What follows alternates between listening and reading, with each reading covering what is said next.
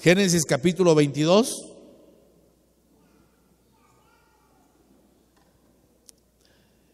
Hemos venido hablando acerca del tema de la adoración y he estado enfatizando mucho el hecho de que la adoración es fundamental para la iglesia, porque la adoración es la que nos conecta en la relación directa con el Padre. Lo que se perdió, hermano, cuando Adán y Eva pecaron, no fue la existencia, porque ellos siguieron viviendo. Se perdió la eternidad, se perdió la inmortalidad y básicamente se perdió el privilegio de entrar libremente a la presencia de Dios, porque antes que el hombre pecara podía llegar cuantas veces quisiera, o digo mal, Dios descendía, dice la Biblia, al huerto para tener comunión a diario con Adán. Qué privilegio más hermoso. Pero cuando el hombre pecó se perdió eso, Dios se retrajo y el hombre necesitó de medios, el hombre necesitó de sustitutos, el hombre necesitó de intermediarios, de víctimas para poder acercarse de nuevo a Dios, porque había culpa, porque había pecado. Y entonces el hombre no tenía ya acceso directo a la presencia del Señor. Y esa condición, hermano, duró por mucho tiempo. Aún el pueblo de escogencia, el pueblo de Israel, se podía acercar a través de la víctima sacrificial una vez al año para escuchar la voluntad de Dios, para saber qué demandaba y qué pedía Dios de ellos. Y después pasaban otro año en expectativa, esperando que viniera de nuevo la oportunidad del sacrificio para que Dios volviera a hablar. Pero cuando el Señor Jesucristo apareció, y bendito día, hermano, en el que Jesús apareció, ¿cuántos dicen amén? Bendito día, porque se reanudó la relación con Dios. Dice la palabra que fuimos justificados por medio de la fe en Cristo Jesús. Se terminó la enemistad con el Padre. Ahora somos amigos del Padre por medio del Señor Jesucristo. Y la buena noticia es que podemos entrar a su presencia cuantas veces querramos, libremente, hermano, aunque no tengamos la dignidad humana, porque nosotros somos dignos no de nosotros mismos, sino por la sangre que nos justificó, la sangre preciosa del Señor Jesucristo. Aleluya. Démosle palmas al Señor por esa sangre derramada. Pero ahora, ¿cómo recuperar la adoración? ¿De qué forma vamos a recuperar ese nivel adorativo que Adán tenía? Porque mire, si la comunión de Adán, el hombre que fue puesto en el huerto del Edén, fue tan cercana, ¿cómo será la comunión que propone el Señor a través del postrer Adán, que es Cristo y que es Dios mismo, que es el hombre perfecto, que es el hombre Dios o el Dios hombre, que ahora nos permite acercarnos de nuevo al Padre? En mi opinión, la relación que la iglesia puede y debe tener a través de su vida adorativa tiene que ser una relación superior a la relación que tuvo Adán en el huerto del Edén. Pero ¿cómo está el nivel de comunión de la iglesia? ¿Cómo está el acercamiento a Dios? ¿Cómo está la relación estrecha? La palabra dice: acercaos a mí y yo me acercaré a vosotros. Pero hay que saber acercarse, porque muchas veces, hermano, Dios no se acerca. Y la pregunta es: ¿por qué el Señor no se acercará a una iglesia que está buscando, que está adorando? ¿O será que no nos hemos acercado de la manera correcta al Señor para que Él nos visite, para que derrame de su gloria y que entonces experimentemos la esencia y la dimensión gloriosa que comporta el hecho de que Dios haga descender su viva presencia sobre nosotros? Génesis capítulo 22, vamos a leer 2 versículos nada más, el versículo 5 y luego el versículo 19 de Génesis 22. ¿Está conmigo allí? Entonces, dice el verso 5, dijo Abraham a sus siervos: esperad aquí con el asno, y yo y el muchacho iremos hasta allí y adoraremos y volveremos a vosotros. Y luego el verso 19, y volvió Abraham a sus siervos y se levantaron y se fueron juntos a Berseba, y habitó Abraham en Berseba. 2 versículos que son clave, hermano, para poder extractar de la experiencia que tuvo Abraham con Dios cuando él le pidió que ofrendara a su único hijo, a Isaac.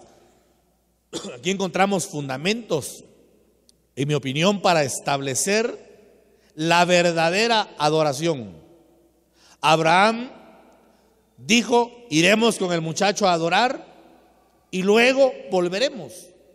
Yo quiero que tomen en cuenta que avanzaron al monte de la provisión, que está representando otra dimensión de la vida que Dios quiere para nosotros.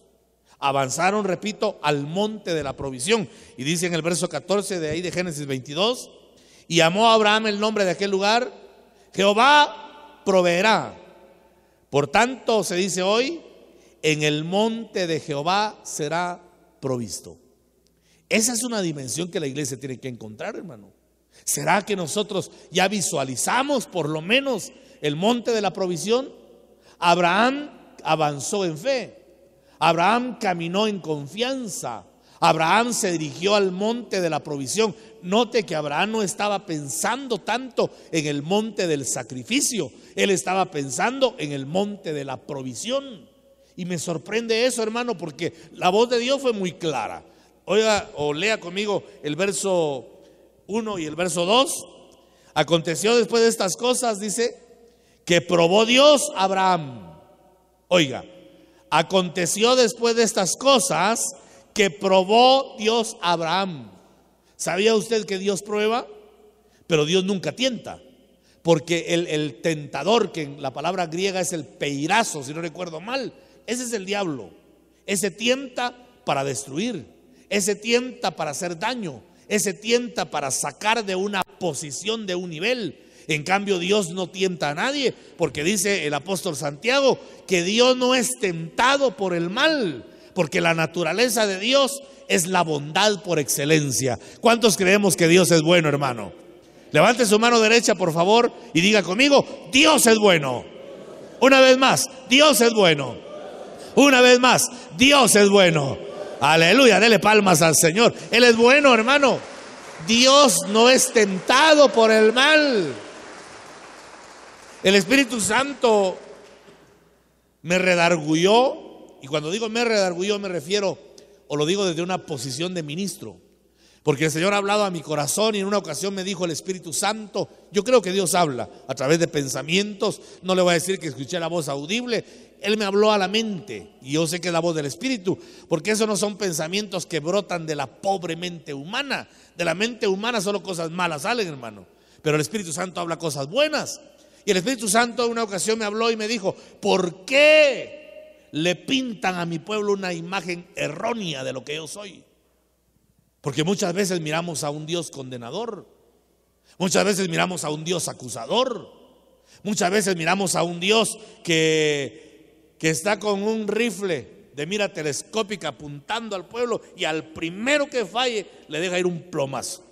Y Dios no es así. Dios es bueno.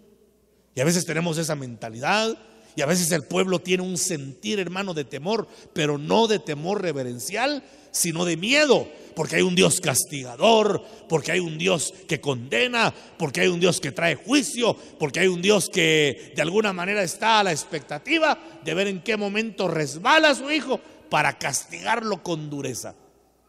Y el Señor viene y le habla a los discípulos que traían la enseñanza profética. Recuerde que los profetas hablaron de un Dios vengativo. Oseas habla de un Dios vengativo. Isaías presenta en cierta manera también a un Dios que va a castigar, y Jeremías. Y el pueblo hebreo tenía la mentalidad de un Dios que no podían ni siquiera pronunciar su nombre completo, porque era pecado capital que alguno osara mencionar completo el nombre de Jehová. Eso para el judío es aterrador, es peligroso, y cuidado que una boca inmunda se atreva a decir Jehová. Por eso ellos utilizan el tetragramatón de Yahvé solo para mencionar el nombre incompleto, porque no se sienten dignos de mencionar completamente el nombre de Dios, porque es el Dios temerario, porque es el Dios que castiga, porque es el Dios que condena. Pero aparece Jesús y les dice: cuando ustedes oren, y se está refiriendo a la comunicación directa con el Padre, cuando ustedes oren a Dios, díganle: Padre nuestro, Padre nuestro. Diga conmigo, Padre nuestro. Y les comienza a pintar a los discípulos la imagen de un padre. ¿Qué hijo habrá, hermano, que le tenga temor a un padre? Por supuesto, si el padre ha sido bueno, ¿verdad? Si no, pues sí puede ser que haya temor. Pero lo normal es que un hijo le tenga confianza a su padre. Amén, hermanos. Es el que lo engendró, es el que lo asiste para que vaya creciendo y desarrollándose. Entonces el Señor les habla y les dice: cuando ustedes oren, digan Padre nuestro. Y en repetidas ocasiones el Señor se dirige al Padre diciéndole Abba Padre, que significa papito. Y comienza a cambiar el Señor la mentalidad de los discípulos. Les habla del hijo pródigo y les muestra un hijo rebelde, hermano. Les muestra un hijo cabeza dura, les muestra un hijo sin discernimiento, sin madurez, les muestra un hijo que no valoró, que menospreció la bondad del padre y que pide la herencia y que se larga de la casa y que vive perdidamente, pero en el sentido más estricto de la palabra, al punto que la herencia abundante que el padre le dio la comienza a gastar y se queda sin nada. Y cuando lo ha perdido todo, comienza el probatorio para su alma y comienza una etapa difícil, comienza una etapa dura en la que el muchacho pierde su identidad, en la que el muchacho pierde su dignidad, pierde su posición. Y cuando está, hermano, para decirlo en griego, chapín, cuando está hecho una lata, se recuerda que tiene padre. Pero está la acusación de su alma, que no se siente digno de regresar.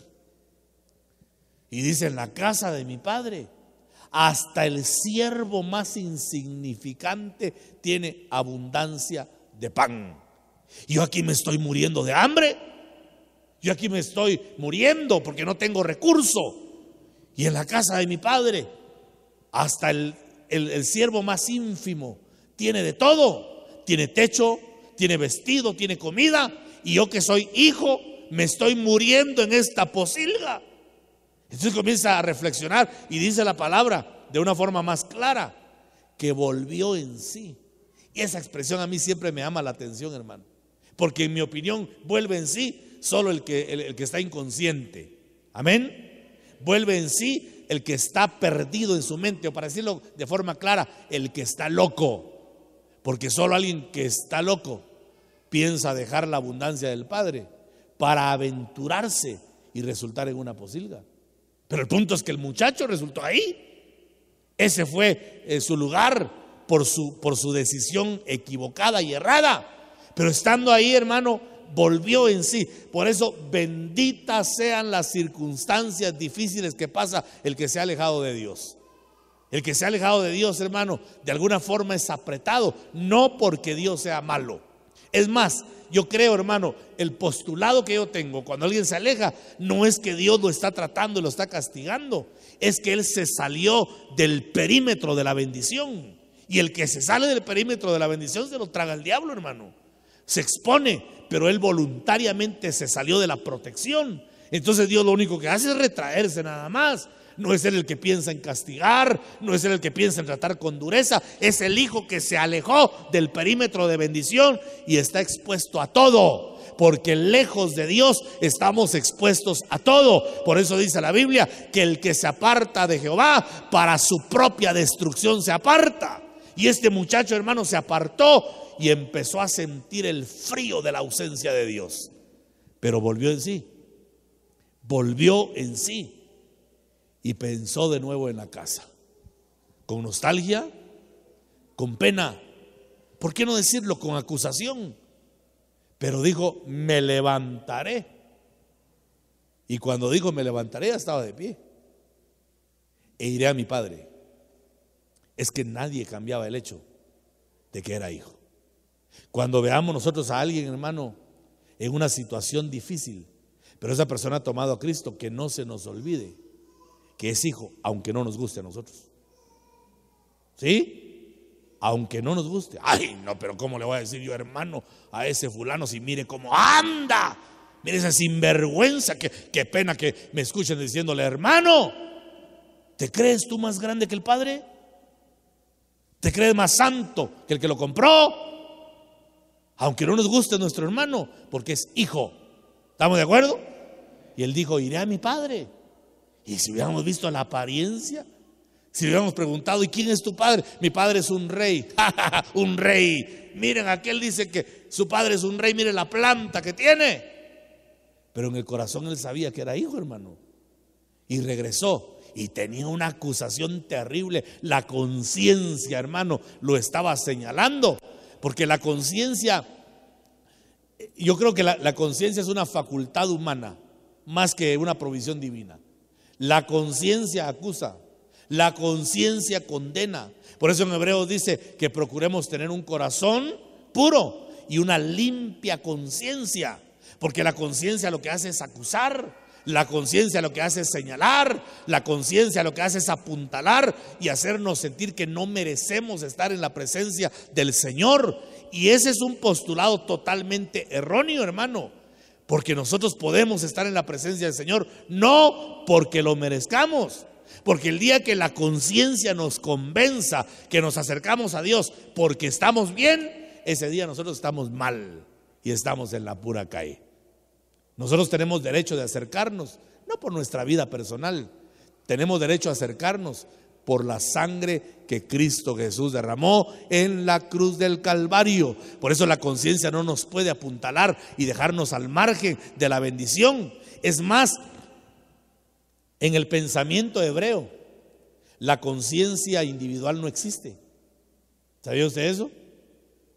En el pensamiento hebreo debe haber purificación del corazón, porque ese sí es individual, porque el corazón es el alma.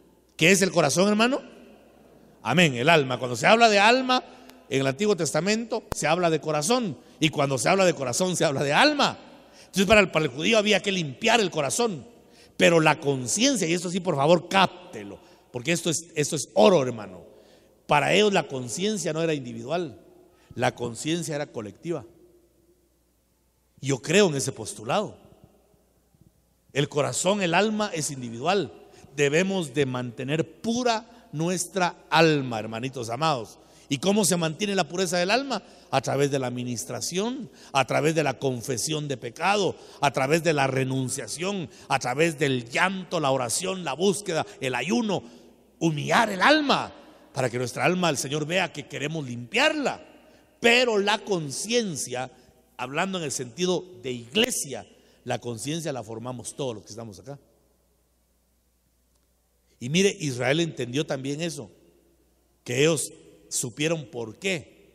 Cuando Acán tomó aquel manto babilónico y los lingotes de oro, porque se sintió atraído por lo que era anatema, por lo que era maldición. Dios dijo, no tomen nada, maten a los enemigos del pueblo. Pasen los afíos de espada y no tomen nada de lo que tienen, porque es anatema, es maldición. Pero a veces, hermano, a veces los sentidos nos juegan mal. Los sentidos son los que nos ponen en contacto con el mundo exterior, ¿verdad? Y cuando Acán vio, sentido de la vista, el manto babilónico, y cuando vio los lingotes de oro, se le hizo agua a la boca. Ay, no, dijo, ¿cómo vamos a destruir eso? Ay, no sé, manto, ¿cuánto costará? Los lingotes de oro son un tesoro enorme. Me los voy a llevar al fin y al cabo que nadie se va a dar cuenta. Uno a veces cree que puede ocultarse de la mirada de Dios. ¿Será posible eso? Y tomó la maldición. Y el pueblo iba en victoria, pero uno iba en maldición, uno iba en desobediencia, uno iba en rebelión.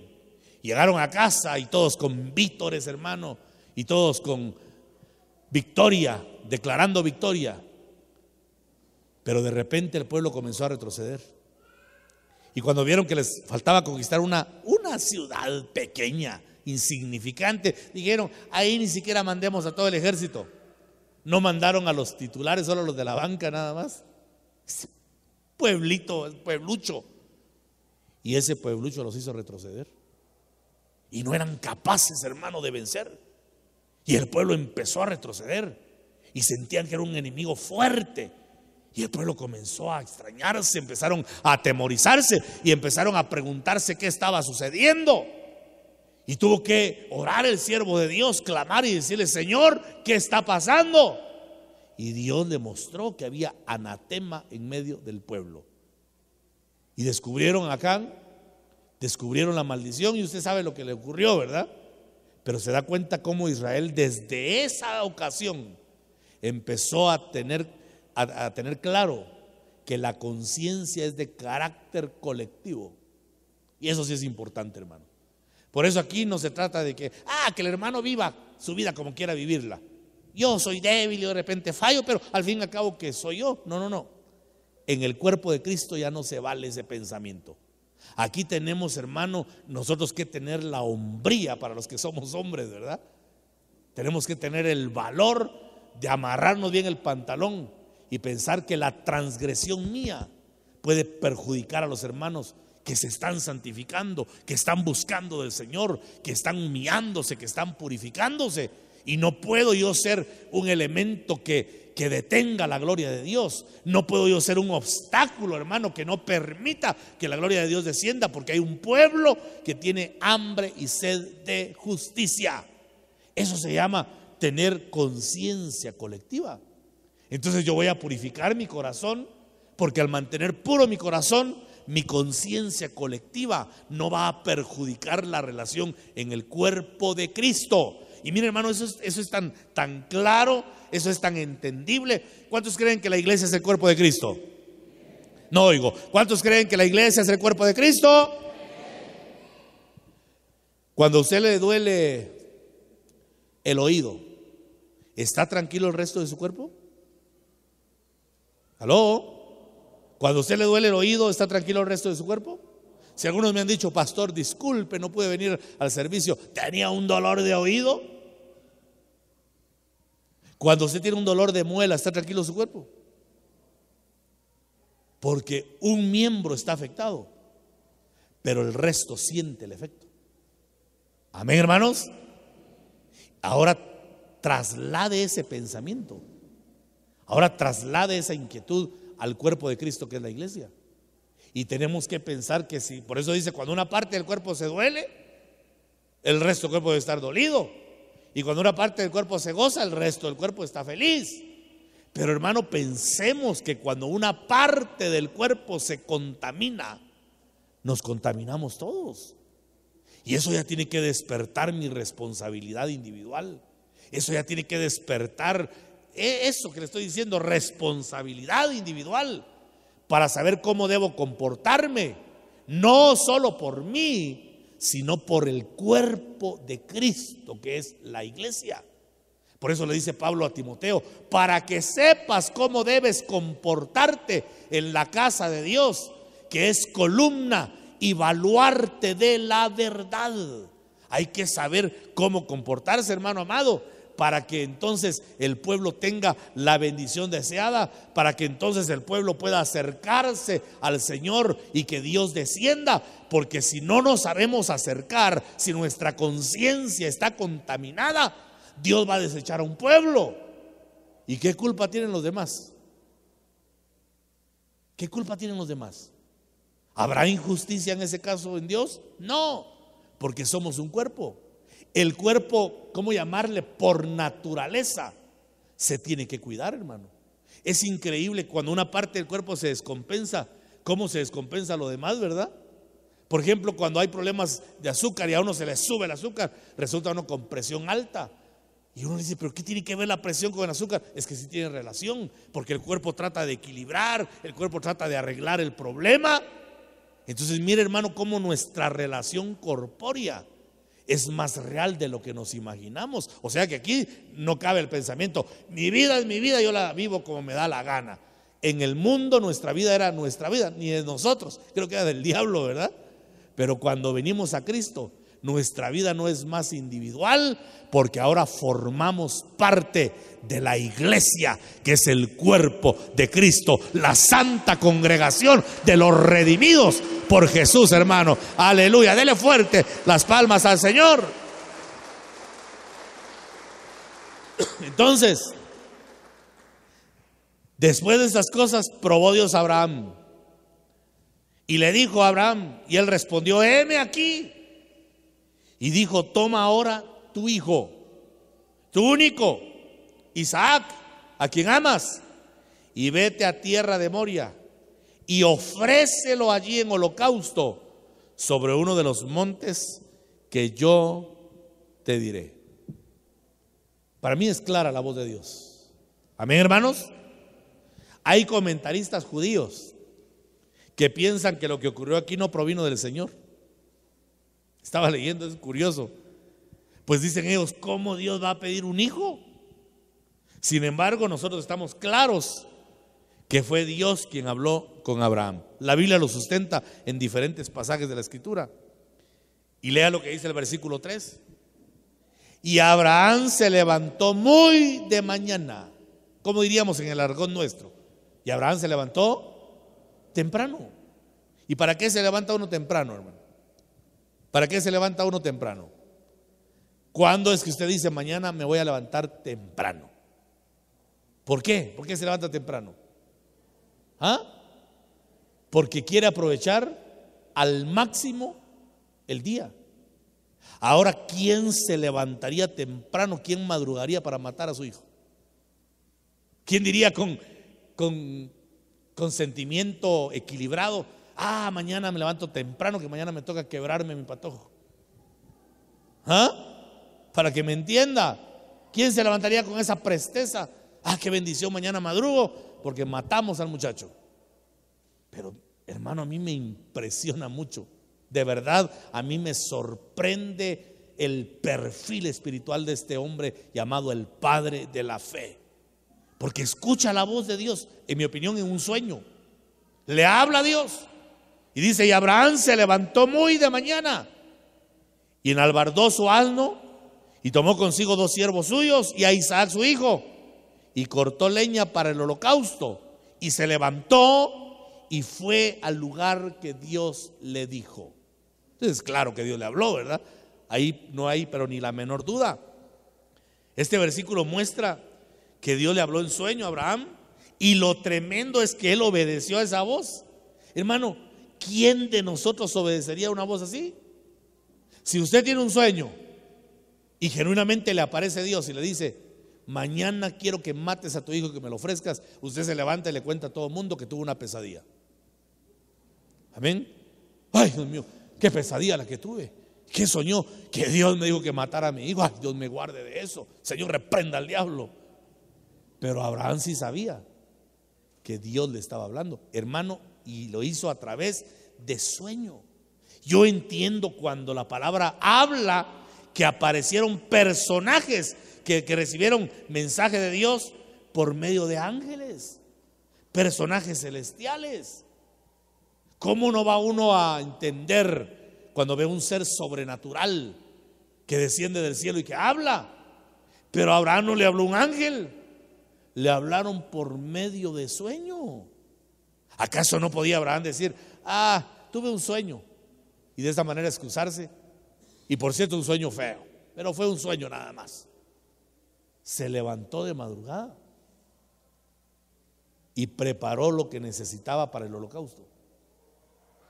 Mire qué interesante es. Lo preparó con presteza, hermano. Eso es fácil decirlo, eso es muy sencillo expresarlo, pero vivirlo, ¿será fácil? ¿Será sencillo? Algo interesante es que Abraham nunca preguntó. Lea todo el pasaje y no va a encontrar en la Biblia a Abraham preguntando el por qué. Nunca le preguntó a Dios: Señor, ¿y por qué mi hijo? Mira el nivel de madurez que se alcanza cuando se tiene comunión directa con Dios. Abraham sí sabía que Dios no comete errores. ¿Cuántos creen que Dios no comete errores? Yo he sido testigo ocular, he visto, he oído cuando en una pérdida personas le dicen a Dios con llanto: ¿por qué? Y a veces con tono de reclamo: ¿por qué? Pero Abraham nunca preguntó por qué. Imagínense la relación que tenía Abraham con Dios, que él sí sabía que Dios no comete errores. Quizá le preguntó: ¿a quién, Señor, quieres que te ofrezca? A tu hijo. Señor, no escucho bien. ¿A quién? A tu hijo. ¿A Isaac? A Isaac. Ah, bueno. Y nunca preguntó por qué. Y esto vaya guardándolo en su corazón, porque le voy a explicar aspectos interesantes de la alabanza. Nunca preguntó por qué. Y tome en cuenta que la ofrenda pedida es su único hijo, su esperanza futura, la fuente de su generación. Y ahí comienza a desplegarse la verdadera adoración, porque adoración sin fe no es adoración, hermano. Y fe es la certeza de lo que se espera y la convicción de lo que no se ve. Y Abraham es el padre de la fe. Y al haberle creído a Dios le contó por justicia. Entonces, número uno, para ser un adorador que atraiga la gloria de Dios, hay que morir a la voluntad y a los anhelos del corazón. Aquí, mi hermano, aquí sí chocamos frontalmente nosotros con la palabra. Porque generalmente nos sentimos cómodos cuando lo que ocurre en relación a lo que deseamos. Ay, qué lindo eso es de Dios, porque eso es lo que yo quería. Ay, qué hermoso, yo estaba deseando esto y ahora por fin lo veo. Qué maravilloso, yo estaba pensando en esto y cabal Dios hizo como yo estaba pensando. Pero ¿qué ocurre cuando las cosas se dan no como tú piensas, ni como tú sientes, ni como tú crees? ¿Qué dice la mayoría? Esto no es de Dios. ¿Será que no es de Dios? ¿Será que no es de Dios? Piense en la posición de Abraham. ¿Estaría de acuerdo con su lógica que matara a su único hijo? ¿Estaría de acuerdo con sus sentimientos que él mismo tomara el pedernal y que traspasara a su muchacho? Pero esa es la verdadera adoración.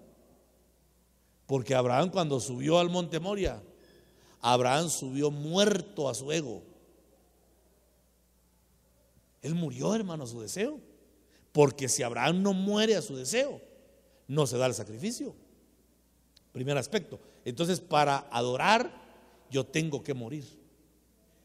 El estar vivo en mi ego, el estar vivo en mi forma de pensar, el estar vivo en mis emociones y sentimientos, me anulan para ser un adorador en espíritu.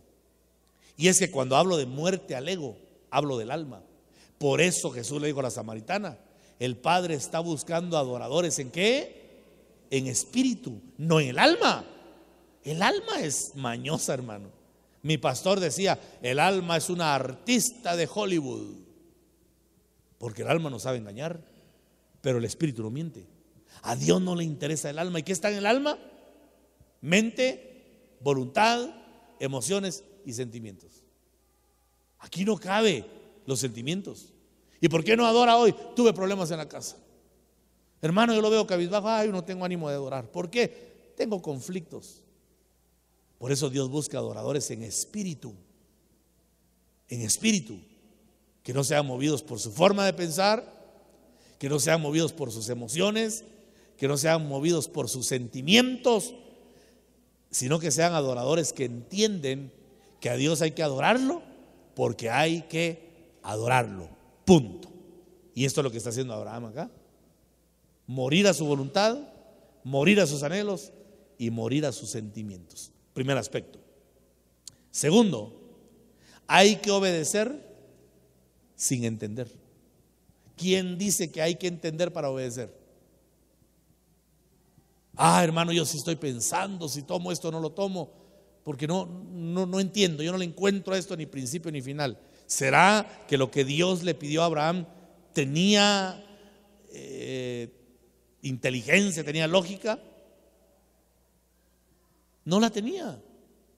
Pero Abraham obedeció sin entender. Mire, hermano, qué lejos estamos de la adoración que de verdad atrae a Dios. Amén. Qué lejos estamos de esa adoración. Yo a veces encuentro personas con un nivel de fe impresionante, porque van en contra de las circunstancias, pero van en favor de Dios. Y conozco a muchos que van en favor de las circunstancias y van totalmente en contra de Dios. Las circunstancias son malas consejeras, hermano. Por eso aquí no entra la mente, los sentimientos. Aquí entra el espíritu. Para obedecer sin entender. Si le digo que Abraham obedeció sin entender, ¿será que estaba metida su mente ahí? No. Abraham hizo a un lado su mente. Abraham hizo a un lado sus sentimientos. Y su espíritu obedeció. O sea, hermano, que, bueno, aquí me voy a meter a Honduras, ¿verdad? Pero ya pasamos por El Salvador, eso es lo bueno. O sea que hay una mente superior a la del alma. ¿En dónde estará la mente de Cristo a la que habla Pablo? Mas vosotros tenéis la mente de Cristo. No puede estar en el alma porque ahí hay una. La mente de Cristo está en el espíritu. Y esa entiende lo que no entiende nuestra pobre mente natural. A Dios no se le puede entender con la razón. Es muy pobre la mente para entenderlo. Pero Abraham obedeció.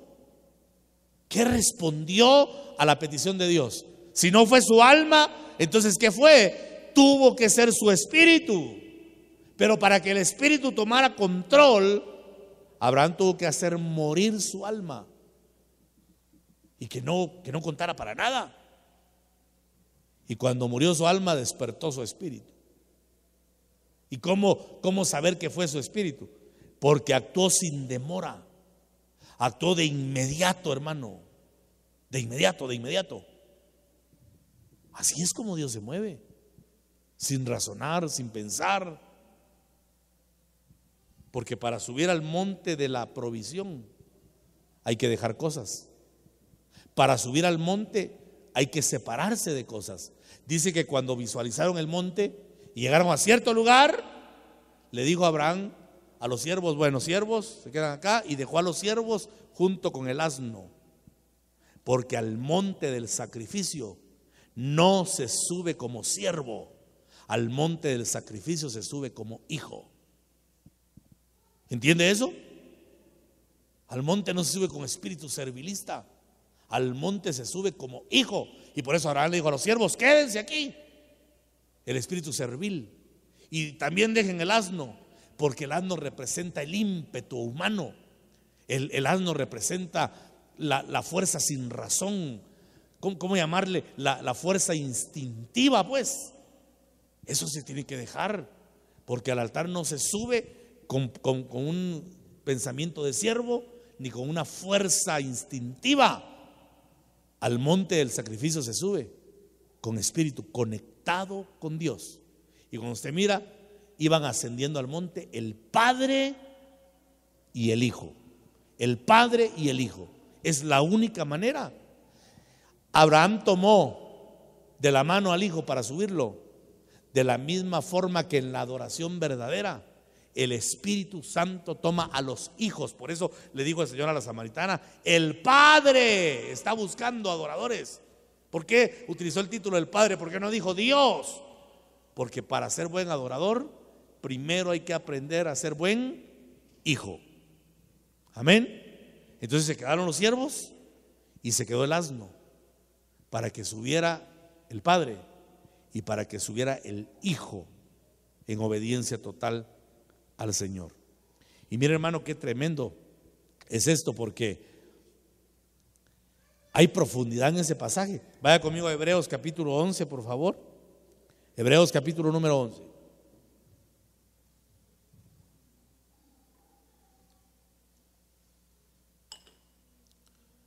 Vamos a leer los versos 17 y 18. Cuando usted conmigo me indica con un amén fuerte, por favor. Dice: por la fe Abraham, cuando fue probado, o sea, se refiere a Génesis 22:1, ¿verdad? Y después de esto probó Dios a Abraham. Y ahora viene acá Hebreos, que es una epístola dirigida a un pueblo judío, Por la fe Abraham, cuando fue probado, ¿cómo dice su Biblia? ¿Cómo? Amén. Fue probada su fidelidad por Dios. Pero ¿qué dice después enseguida? ¿Qué ocurrió? Por la fe Abraham, cuando fue probado, o cuando fue probada su fidelidad a Dios, ¿qué dice? Ofreció, dígale a la persona que está a la par suya, ofreció, dígale, a Isaac.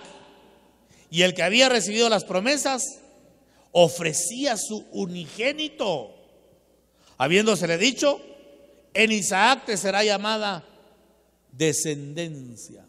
¿Qué le dijo Dios? A través de Isaac te voy a levantar, ¿qué? Descendencia. Pero dice el verso 17 de forma categórica que cuando fue probado Abraham, ofreció. ¿Qué tiempo es ese? ¿Ah? Ahí, hermano, se ve como un sacrificio realizado. Así lo veo yo. No sé cómo lo ve usted. Algunos dicen que Abraham intentó ofrecer a Isaac, pero ya leímos en Génesis 22:5, subiremos al monte y luego regresaremos, volveremos a vosotros. Pero en el verso que les indiqué después, 19, ¿verdad? Dice que descendió solo Abraham. ¿Por qué no descendió Isaac? ¿Por qué no descendió Isaac? Y mire el verso 19 de Hebreos 11, es más fuerte aún. Voy a leer el 18, Hebreos 11, 18. Habiéndosele dicho: en Isaac te será llamada descendencia. Pero dice el verso 19: pensando, interprete, pensando Abraham que Dios es poderoso para levantar aún de entre los muertos, de donde en sentido figurado también le volvió a recibir. Hermano, yo respeto mucho la palabra y digo con temor y temblor esto: ¿será que en sentido figurado recibió Abraham a Isaac? ¿Sería figurado? El verso 17 dice que lo ofreció. Y acá el apóstol, tal vez cuestionando, dice: pensando que Dios es poderoso para levantar aún de entre los muertos, de donde en sentido figurado también le volvió a recibir. Ahora la pregunta es: ¿sería sentido figurado? ¿Por qué descendió solo? ¿Por qué descendió solo Abraham? Y acompáñeme a Santiago capítulo 2.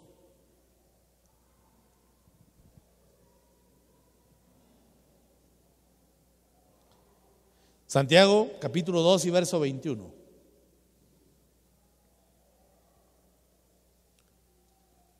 ¿Estamos ahí? ¿No fue justificado por las obras Abraham nuestro padre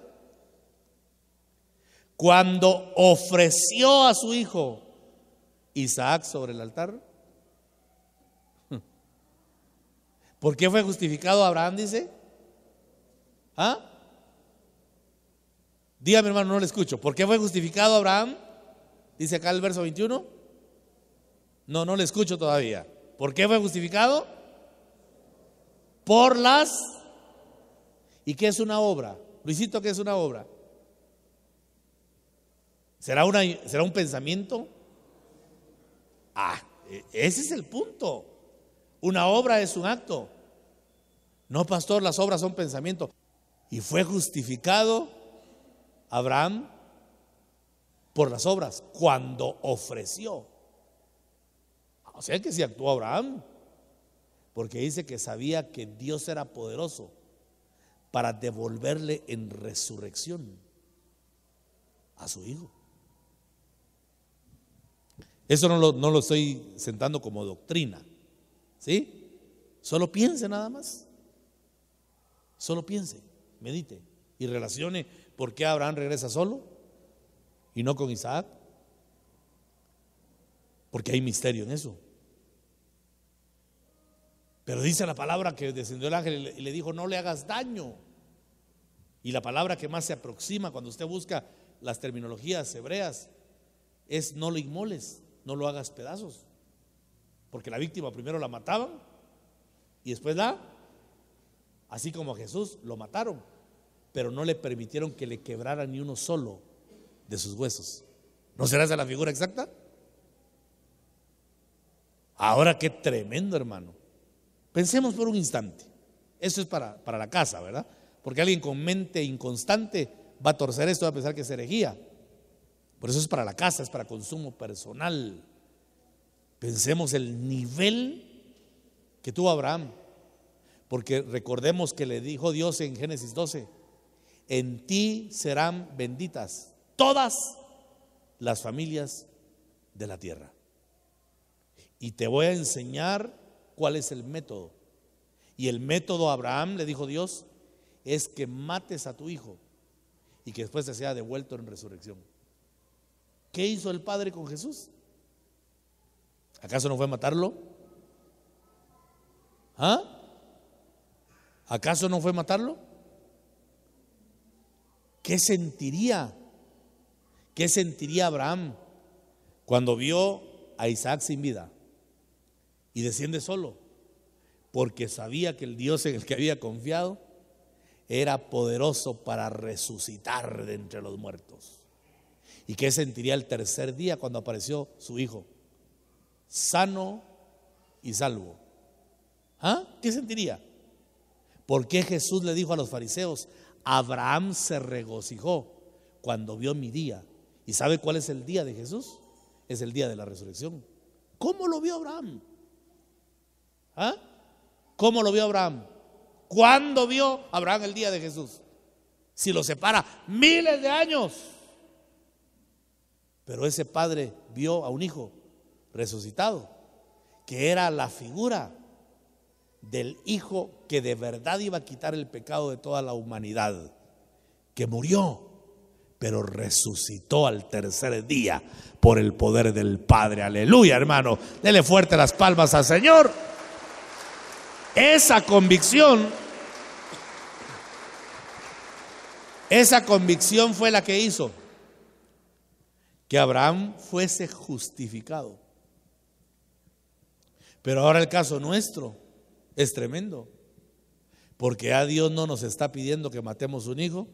Diga conmigo: gracias a Dios, porque seguramente nosotros no lo haríamos, hermano. Bueno, a ver, de repente lo estoy juzgando yo mal a usted y tal vez usted sí lo haría. Pero bendito sea Dios que no nos hizo pasar un probatorio de semejante magnitud, porque el hijo fue sacrificado. Amén. Pero por un instante quiero que usted se conecte con el sentimiento de Abraham. Cuando le pide a su hijo, yo estoy seguro, hermano, que en la parte, ¿cómo llamarle?, turbia de la humanidad de Abraham, se cruzaron pensamientos como, por ejemplo: ¿por qué Dios me da para luego quitarme? Pudo haberlo pensado. Amén. ¿Por qué ilusionarme con algo que después me va a quitar? Pero Abraham era tremendo porque conocía a Dios y dijo: me está pidiendo a mi hijo, pero ya antes me dijo que me va a levantar una generación poderosa en él. Entonces ahí Abraham tenía que determinar si creía la promesa anterior para poder actuar en este segundo probatorio. Y Abraham dijo: me quedo con Dios, le creo que me va a levantar simiente a través de Isaac. Entonces, si me lo pide, lo voy a sacrificar, porque sé que Él puede devolverme lo resucitado, porque nada hay imposible para Él. Entonces, el verdadero adorador no es el que mira la circunstancia presente, sino es el que se fundamenta en la promesa que Dios le ha dado. ¿Y cuántos tenemos promesas acá, hermano? ¿Acaso no tenemos promesa de salvación? ¿Acaso no tenemos promesa de vida eterna? ¿Cuántos creen que tenemos promesa de vida eterna? Entonces, ¿cómo no alabar al Señor? No tenemos promesa de que nuestros muertos, nuestra familia que creyeron, nos van a ser devueltos en resurrección. Entonces, ¿qué motivo habrá? Le voy a jugar una psicología inversa. ¿Qué motivo habrá para no alabar a Dios?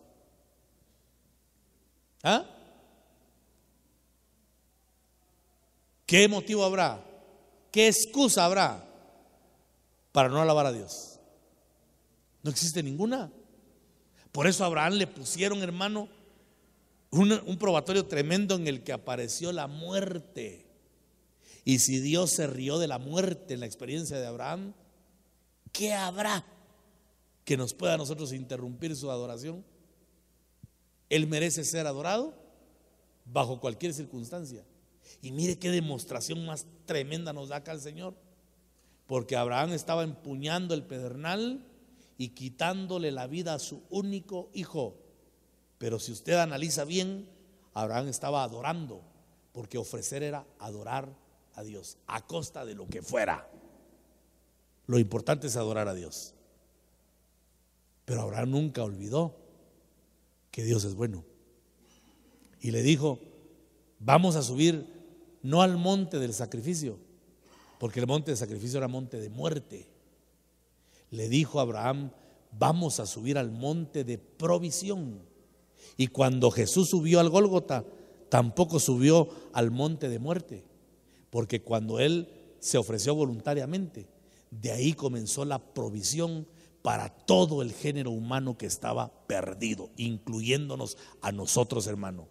El Gólgota no fue lugar de muerte, el Gólgota fue lugar de provisión, porque por Jesús nosotros somos salvos ahora. Démosle gloria al Señor, hermano amado. Bendito sea su nombre. Y dice que no descansó y no descansará, dice Isaías, hasta que vea el fruto de su aflicción. No se detendrá hasta que vea el fruto de su aflicción.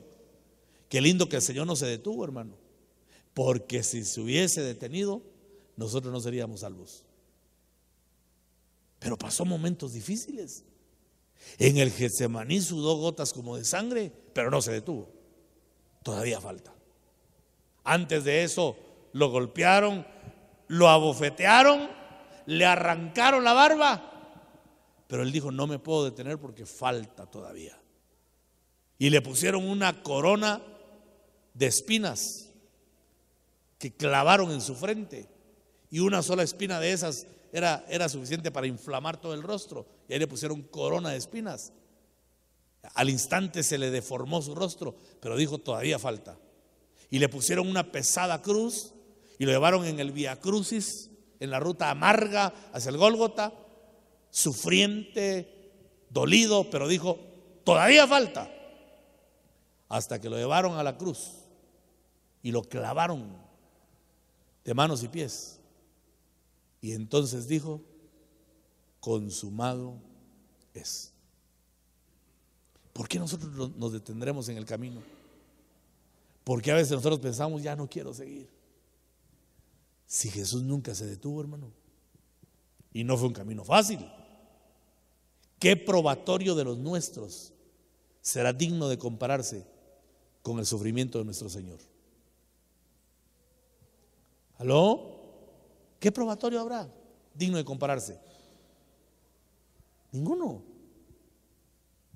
Y Él nos enseña que no se detuvo. No descansará hasta que vea el fruto de su aflicción. Ese espíritu debe haber en nosotros. Pero ¿quién tiene ese espíritu de no detenerse? Solo el que ha creído en las promesas. El que no cree en las promesas, ese deserta cada rato, hermano. No le atina. Pero el que está firme en las promesas se mantiene firme en la convicción, y entonces adora en espíritu y en verdad. El Señor me dijo: el pueblo, y eso sí es visión de fe, porque es la iglesia que pastoreo, ya los demás tienen pastor y Dios sabrá cómo les habla, pero me dijo el Espíritu: el pueblo tiene que aprender a adorar, porque muchos cantan solo por cantar. No le dijo el Señor a través de Isaías y en el Evangelio de Marcos, pues: este pueblo de labios me adora, pero su corazón está muy lejos de mí. ¿Cómo está tu corazón, hermano? Está cerca de Dios. Cuando tú le dices te amo, ¿es una expresión que nace del Espíritu? ¿O solo son palabras nada más? Por eso la adoración se conecta con la promesa. Y la promesa se conecta con la convicción.